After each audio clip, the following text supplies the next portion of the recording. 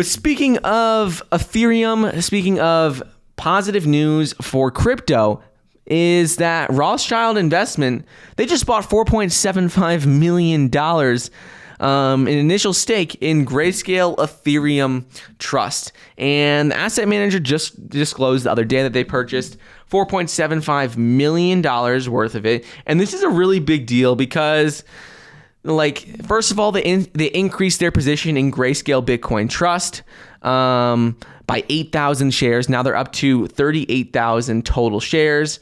And they've, purchased a pretty significant position in Grayscale Ethereum Trust. So this is a pretty big deal because it's one of the first brand named institutional asset managers to seek Ethereum exposure through Grayscale's trust product, according to regulatory filings. Right now, we're starting to see a lot of companies, a lot of institutional investors, like ETFs and investment managers. All of them are looking for Bitcoin and some sort of exposure to crypto, whether that's through Coinbase, whether that's through, the recent direct listing, whether that's through Bitcoin like Grayscale Bitcoin Trust.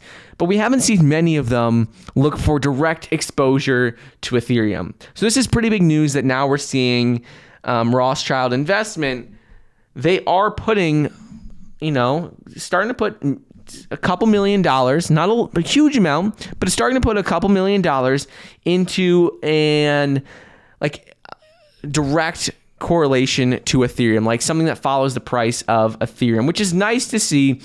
People are starting to realize the value in Ethereum over Bitcoin and how Ethereum could overtake Bitcoin down the road as being the major and the largest crypto out there. It's not definitely going to happen, but it does have potential for this to happen.